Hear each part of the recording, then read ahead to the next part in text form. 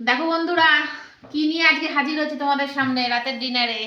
এই দেখো, এক গামলা আরো হচ্ছে, আরো হবে আর কি। এটা আগে নিয়ে চলে আসলাম তাদের ভিডিও করার জন্য। এটা কি বলো তো, গেস করো। একদম ফুলকো ফুলকো, এই দেখো সবুজ সবুজ দেখা যাচ্ছে ভেতরে। কড়াইশুটির কচুরি একদম।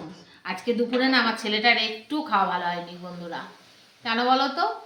খাওয়াটা ভালো হয়নি কেননা খিচুড়ি করেছি, খিচুড়ি তো ও একদম পছন্দ করে না।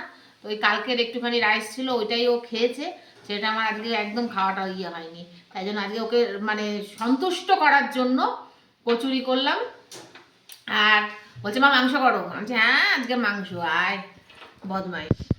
তা বলছে তারপরে আমি নাম কচুরি করবো, বলে হ্যাঁ করো। কচুরির সঙ্গে আর এই যে দেখো কষা কষা আলুর তরকারি, একদম দেখো কি সুন্দর, একটু ধনে পাতা টাতা দিয়ে অন্যরকম ভাবে একটু হিং টিং দিয়ে করেছি তরকারিটা একদম রাত্রে। কচুরির সঙ্গে তরকারিটা দারুণ যাবে, একদম কষা কষা করে। আর এইটুকুন এখানে খিচুড়ি রয়েছে দুপুরে, আমি খাবো সাধারণত। আর এখানে রয়েছে চহির পায়েস, হ্যাঁ, আর রয়েছে এই যে মিষ্টি। তো এই রয়েছে রাতের ডিনারে।